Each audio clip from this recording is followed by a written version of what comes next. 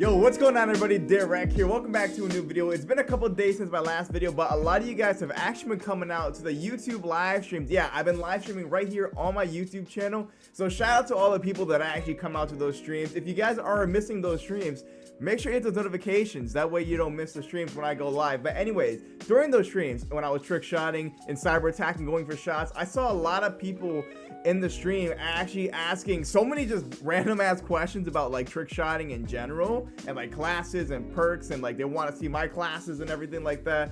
So I figured, you know what, let's just make a full out trick shot tutorial. I've never actually done a video like this, but I'm super down to just talk about some general things with trick shotting on this game. And even if you're not a new trick shotter, even if you've been already hitting trick shots, I might even say something that you didn't realize or never really thought of. So make sure you stick around for the video because you might learn a thing or two. But for the new people, there's a lot to learn with trick shotting on this game. All right, so let's just start off with your bread and butter. What sniper are you going to be using for your classes? A lot of people, I would say most people, are using the AX50, but some people prefer the HDR. Now, I haven't gone through and done like a thorough scientific investigation on this, but the main reason people use HDRs is because they swear up and down that the slight bit of accuracy right there and the slight bit of range helps you hit more. But as far as getting hit markers go, you got more damage coming out of the AX50, so it's really personal preference. It's like the DSR versus the Ballista, you know what I'm saying? There's people hitting insane shots with both of them. Sometimes you'll get more hit markers with the HDR, but you'll still get hit markers with the AX50 as well. Quite a lot actually. This game's really bad for hit markers, and we're gonna get into how to not get as many hit markers when you go into the gunsmith. So these are the secret attachments courtesy of my man Jectile. If you guys haven't seen in the live streams and on Twitter, my man Jectile, he's one of the most underrated trick shotters on this game. We always make fun of him. We're like, bro, Jectile, how do you hit so much, bro? What are the secret attachments? Stop hiding them from us. So he actually sent me a screenshot of what he personally uses, and this is what I personally use as well. I just realized we basically have the same attachments. So yeah, as far as attachment goes, the ones that truly matter are the ones that actually increase your damage and your range in particular. So for example, for the barrel, I use Singard Arms Pro because you get increased damage range and increased bullet velocity, and it's essentially the same thing as the factory barrel, damage range and bullet velocity. But as you can see from switching between Singard Arms Pro and factory barrel, the damage actually stays the same, but it's slightly less range when you're using the factory barrel and Singard Arms Pro. The only advantage you get with factory barrel is a little bit extra mobility and a little bit extra control for like when you're hard scoping. It basically makes your guns heavier, so you don't really need that control, you know what I mean? And the mobility, I was lying, it's basically the same. So yeah, Singard Arms Pro is the way to go. Even though you get factory barrel later, Singard Arms Pro is the way to go for sure. Lasers and optics are basically personal preference, you know what I mean? If you want to have a cool thermal sight on your gun and sacrifice like extra ammo or something like that, go for it, you know what I mean? It'll look cool in your shot. The one thing that I do have a lot of debate over is using the monolithic suppressor, because you get sound suppression and increased damage range. It's the only suppressor or muzzle that increases damage range. Now, a lot of people actually don't use the monolithic suppressor because they didn't see it making that much of a difference, and a lot of people prefer the audio of not having the suppressor run. It just sounds cooler when you hit. So it's up to you if you want to use a monolithic suppressor, because it does in the stats say that it increases damage range just a little bit. So I mean, hey, there's people hitting with it, there's people hitting without it. I haven't seen it make a crazy big difference. I still see people hit markering just as much with it than they do without it. So it's up to you guys. But as far as perks, you're gonna need FMJ. And now unfortunately, a lot of the things you actually need to trick shot, you might even have to level up. Like FMJ, you have to level up your sniper a crap ton. So I do recommend, if you're gonna try trick shotting, I would at least go sniping for a little bit, you know what I mean? Most people, now that the game's been out for a little while, they've already been sniping and unlocked a lot of what they need to trick shot. But for a lot of people that maybe you're just getting into trick shotting, or maybe you just got the game, I do recommend actually like leveling up your guns, leveling up your snipers and, you know, your ARs and stuff like that. That way you can actually have good classes to trick shot with. So FMJ, it sucks that you unlock it so late, but once you got it unlocked, you're gonna want to rock FMJ, even though I would recommend not even going for wall banks, because it's just a hit marker machine. The walls in this game are just really thick, And the way the enemies play, you guys are probably aware, enemies play really campy in this game. So there's a higher chance that most of the shots you're going for are gonna be like wall banks. Like they're gonna be sitting in the building, you're gonna try to hit a wall bank, and you're gonna get a hit marker. I've gotten plenty. I'll play them on the screen, and so have a lot of other people gotten plenty. Some of the few times I have witnessed people hit wall banks is when the guy was tagged. Like literally on stream, Jectile tagged him with a sniper and then hit the wall bank. If he didn't tag him with the sniper, he would have like hit marked the wall bank. Now moving on to the grip tape, you're gonna want to use yourself the stripled grip tape. On the stats, I mean, it shows increased damage and range, but even regardless, aim down sight speed and sprint to fire speed, especially if you're just like clearing out, you're sniping to get to last, you know, you can actually pick off some people with the aim down sight speed. And the faster ADS speed does, I think, look better for the zoom load shots in this game that you can do pretty much by default. So yeah, and that's basically it. Ammunition, if you want to have extra ammo, if you find yourself needing more and you're like, oh man, I got a couple more attempts but I'm out of ammo, go ahead and throw down the 7-round mags. If not, you want to use something else, that's personal preference, like an optic, you can take out the ammo, it's up to you. And don't use an underbarrel, there's literally no point. So that was a mouthful, that was a lot to go over. Now as far as your perks go, this is basically like the only 3 that people use. Amped is the only one that's essentially a necessity. Faster weapon swap, you need amped unless you're going for a specific shot. Without it, you need amped to trick shot. It makes your life 10 times easier. That's the one thing that's non-debatable right there.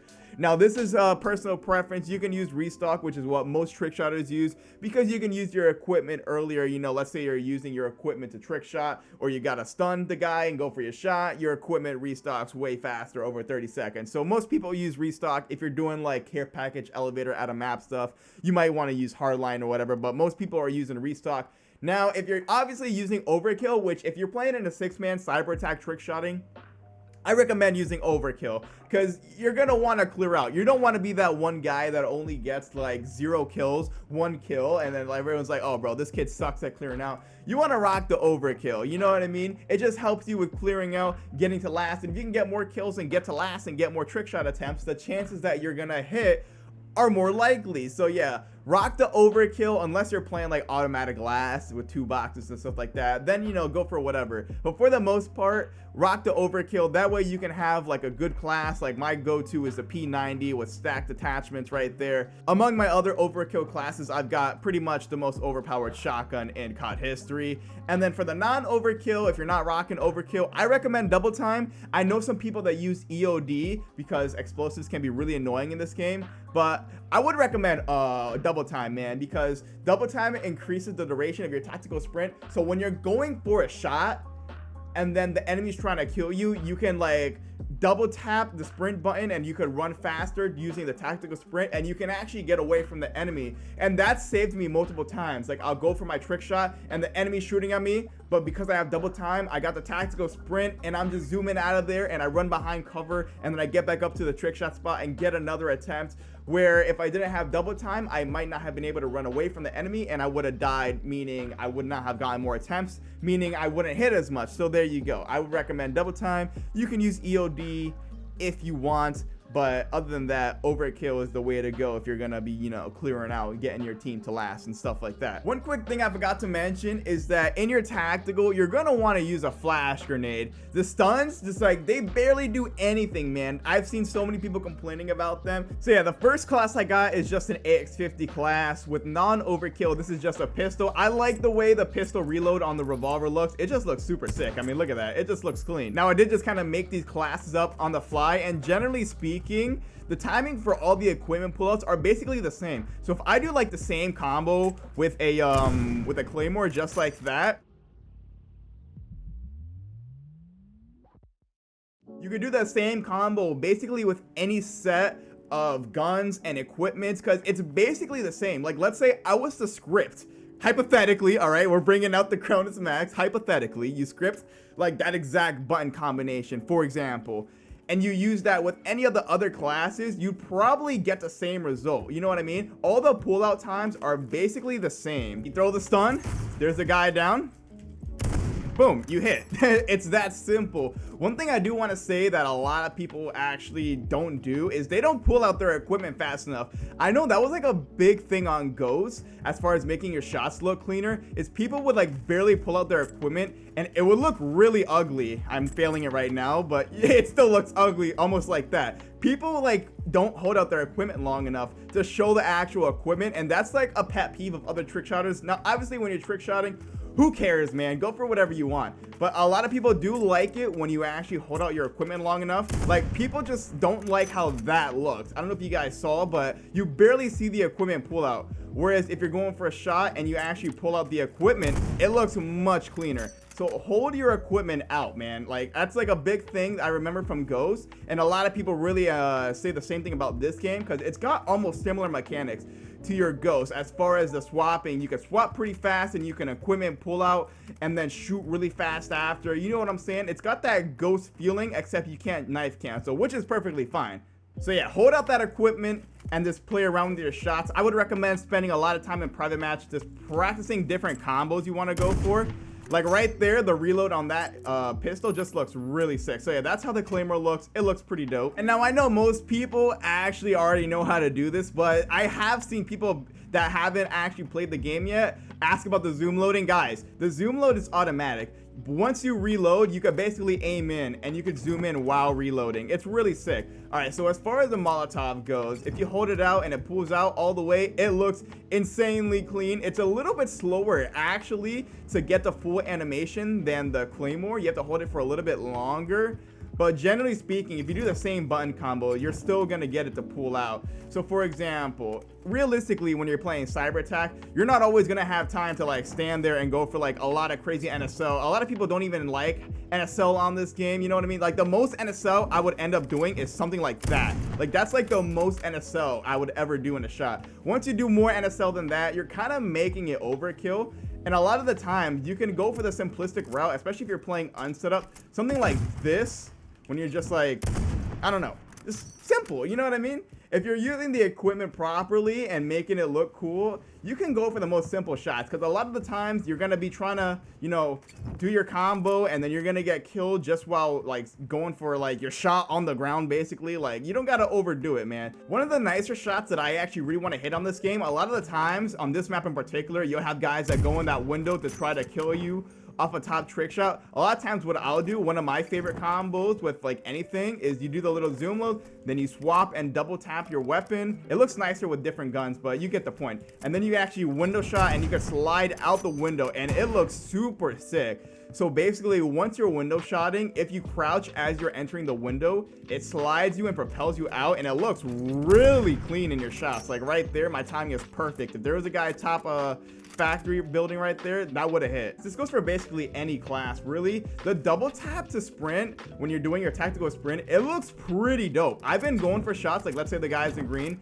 I've been going for shots where I'm like canceling the reload and then I'm double tapping the sprint and doing something like that. It looks super cool, the animation when you're in your tactical sprint, because it makes your gun do a cool animation where it's like pointed upwards and it just looks clean in your shots. So if you guys want to do something different, it looks cool, you know what I mean? All right, now we're gonna switch over to the next one. This one's got the C4. This is my main class that I'm using. I usually don't rock the C4, but this is the main class that I usually rock, the P90. I absolutely shred with the P90. I love this gun so much for clearing out, man. So yeah, this one is the Claymore, and for the sake of simplicity, if you guys didn't realize, I'm basically just doing the same shot over and over, just with a different equipment and different class setup. But it's pretty universal, so there you go.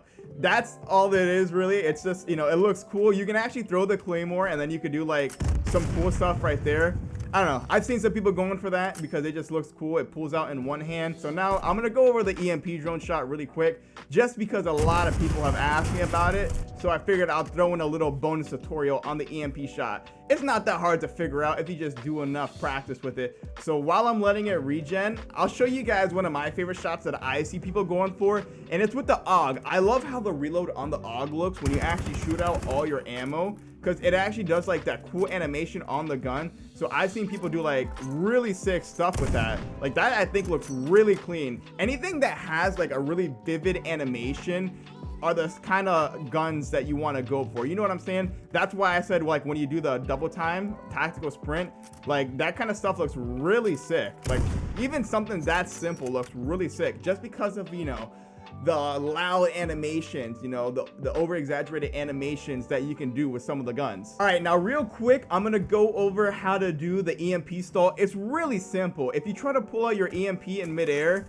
it just falls to the ground. You know what I'm saying? So in order to counter that, basically, to sum it all up, you spam circle. Like that's basically all you do. You spam circle while you use it. So a lot of times I'll like zoom load in and then I'll spam circle and then I'll equipment cancel after and I'll hit right there. Like that's basically all it is. You spam circle when you pull out the EMP and that's it. Look at this. If I use a stun instead, look at that over the shoulder. It looks so clean. So that's something that you guys can go for right there. Stunning out of the EMP cancel gives it like a really sick over the shoulder that you guys should probably try to hit. It looks really dope. So yeah, other than that, the AUG, one of my favorite guns that I see people trick shotting with, simply because of the animation. Like when you're reloading out of the AUG, it looks super cool. And the last one I'm gonna go through is just a basic RPG shot. Now you can actually RPG fast swap on this game, but it's really weird. If you guys play this game, you'll know that if you're trying to like do any kind of ADSing while you're in midair, it actually slows down your spin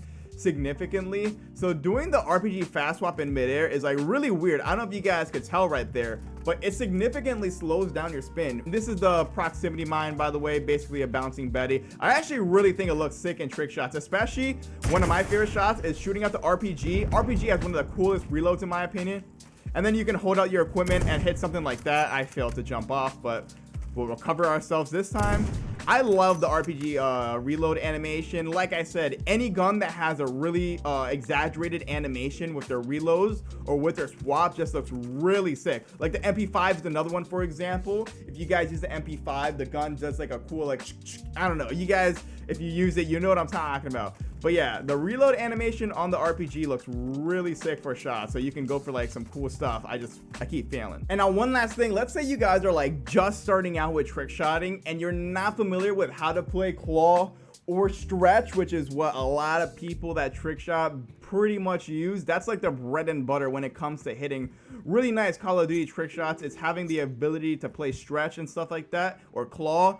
There is a setting that actually makes it easier. Let's say while you're learning claw and stretch, which I do recommend you look up some videos and learn claw and stretch if you're a new trick shotter. Let's say you don't know how to, but you still want to play and hit some decently looking shots and not get made fun of, for example. There's actually a setting in your, I believe it's in your controller settings, right? Yeah, in your controller settings, if you go down enough, where is it?